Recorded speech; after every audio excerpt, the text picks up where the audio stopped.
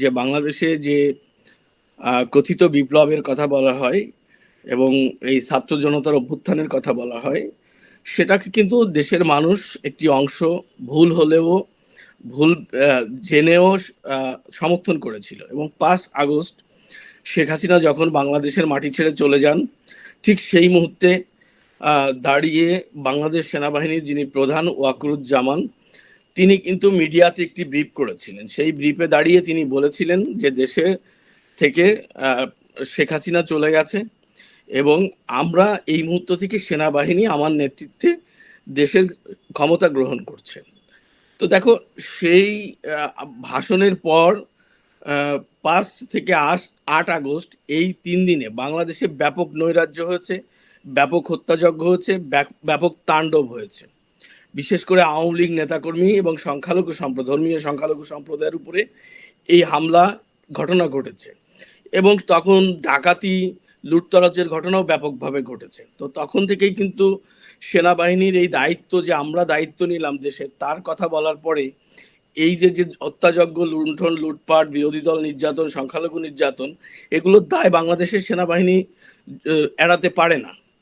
এখন প্রশ্ন হচ্ছে যে সেই পরিস্থিতিতে দাঁড়িয়ে না হয় সেনাবাহিনীর ব্যর্থতা ছিল, সেখানে তাদের জনবল বাইরে কম ডেপ্লয় ছিল, সেখানে হয়তো তাদের কাঠামোগতভাবে পরিকল্পনা ছিল না, পূর্ব পরিকল্পনা ছিল না, না হয় ঠিক আছে, ঘটে গেছে। কিন্তু 8 আগস্ট সরকার গঠনের পর থেকে আজ অবধি যা হচ্ছে তার দায়ভার তো সেনাবাহিনী এড়াতে পারে না।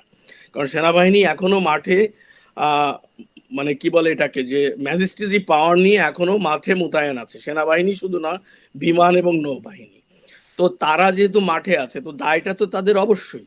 এখানে দেখো, তুমি ভারত বিরোধী বক্তব্যের কথা বলছো ইয়ে থেকে, ওয়াজ মাহফিল থেকে বা ইসলামিক সমাবেশ থেকে। শুধু ভারত বিরোধী না, এখানে সংখ্যালঘু মানে বিশেষ করে মাইনরিটি হিন্দু ধর্মের বিরুদ্ধেও বিষোদাগার করা হচ্ছে। একটি একটি ধর্ম সম্মিলন বা সমাবেশে সাধারণত এটি এই আলোচনাটি যে যার যার ধর্ম, আমি আমার ধর্ম নিয়ে আলোচনা করব, আমি একজন হিন্দু, আমি একজন মুসলিম, আমি খ্রিস্টান, আমি বৌদ্ধিস্ট, আমার কাজ আমার ধর্মের প্রশংসা করা, আমার ধর্মের আলোকে আলোচনা করা, যদি সেটা ধর্মসভা হয়। আমি তো অনেক নাম কীর্তন, অনেক হিন্দু ধর্মসভা শুনেছি, অনেক বৌদ্ধিস্টদের সভা শুনেছি, আমি যেহেতু সাংবাদিকতা করেছি, আমি বিভিন্ন জায়গায় বিভিন্ন সময় যেতে হয়েছে, আমি গিয়েছি। আমার কোনো দিনও আমি শুনিনি কোনো হিন্দু, বৌদ্ধ, খ্রিস্টানদের কোনো ধর্মসভা থেকে ইসলাম নিয়ে বিষোদাগার করা হয়েছে। কিন্তু এখন এই মুহূর্তে দাঁড়িয়ে বাংলাদেশের মাটিতে এই ধর্মসভা থেকে হিন্দুদের নিয়ে বিষোদাগার করার একটা রেওয়াজ হয়ে গেছে, যে যত বেশি হিন্দু বিদ্বেষী কথা বলা হচ্ছে, তত বেশি এই ওয়াজিন, এই হুজুর মাওলানারা জনপ্রিয়তা পায়, এমন একটা ভাব তাদের মধ্যে এসে গেছে এবং ভাইরালও হচ্ছে হিন্দু ধর্ম নিয়ে, সোশ্যাল মিডিয়ায়। হিন্দু ধর্ম। তো ব্যাপার হচ্ছে যে আমার ধর্ম ইসলাম, আমার চর্চার বিষয় থাকবে ইসলাম, আমি কেন হিন্দুর ধর্ম চর্চা করতে যাচ্ছি? তার মানে এটা চর্চা নয়, এটা অপচর্চা। এই অপচর্চাটা করতে যেয়েই কিন্তু বিরোধটা বাড়ছে। আর তুমি যেটা বলছো ভারত বিদ্বেষিতা, এই সরকারের আমলে আর কোনো কার্ড এদের কাছে নেই, ক্ষমতায় থাকার জন্য আর কোনো কার্ড এদের কাছে নেই। কারণ এরা আইন শৃঙ্খলা রক্ষা করতে ব্যর্থ, এরা প্রশাসন রক্ষা করতে ব্যর্থ, এরা জানমালের নিরাপত্তা দিতে ব্যর্থ, এরা মিল কলকারখানার নিরাপত্তা দিতে ব্যর্থ, অর্থনৈতিক নিরাপত্তা দিতে ব্যর্থ, এরা মানে শিক্ষা প্রতিষ্ঠান পরিচালনায় ব্যর্থ। প্রত্যেকটা ক্ষেত্রেই এরা ব্যর্থতার পরিচয় দিয়ে যাচ্ছে। এটা ঢাকবার কোনো আর সুযোগ নেই। এরা দ্রব্যমূল্য নিয়ন্ত্রণ করতে পারছে না, সাধারণ মানুষের একটা নাভিশ্বাস। আমি বললাম, তুমি দেখো, শফিকুল আলম নামে একটা ফেসবুক পেজ আছে আমাদের প্রধান উপদেষ্টার, যিনি প্রেস সেক্রেটারি আছে, উনি লিখেছেন নিজেই যে উনি রাস্তা দিয়ে হেঁটে যাচ্ছেন, মানুষ ওনাকে গণশত্রু বলছেন। তো এখন তো আওয়ামী লীগ নেই, রাস্তায় কি আওয়ামী লীগ আছে?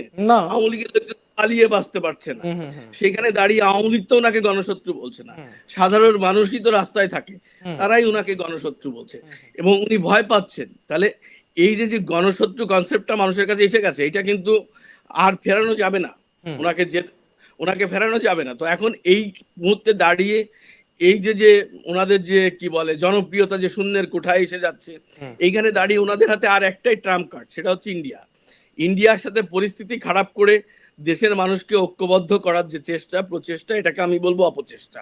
কারণ বন্ধুপন্থী দেশের সঙ্গে তুমি খারাপ সম্পর্ক করে, যাদের উপর তোমার অনেক কিছু নির্ভরতা যেমন খাদ্যশস্য, বাংলাদেশের এই খাদ্যশস্য যদি টাটার ট্রাকে না যায়, না বহন হয়, টাটার পিকআপে না হয়, তাহলে তো বাংলাদেশের মানুষ এক প্রান্ত থেকে আরেক প্রান্তে খাদ্য নিয়ে যাবে না। স্বাভাবিক। জাপানি জাপানি ট্রাকে খাদ্য পরিবহন হয় না বাংলাদেশে, চায়নার থেকে ট্রাক আসে না স্বাভাবিক। বাংলাদেশের। যত ট্রাক চলে তার যে পার্টস সে কিন্তু ভারত বানায়।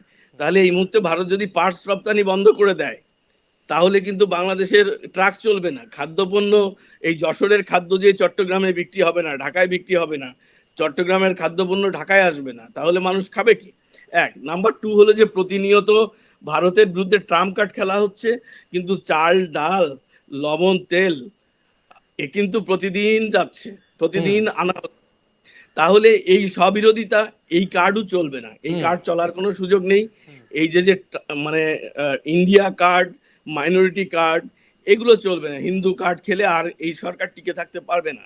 কারণ একটাই, সর্বক্ষেত্রে তাদের ব্যর্থতা এবং যে নির্যাতন নিপীড়ন বাংলার মানুষের উপরে হচ্ছে।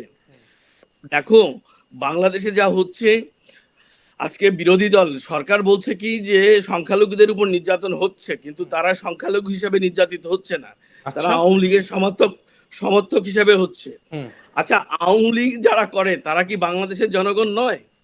এই দেশটা কি তাদের নয়?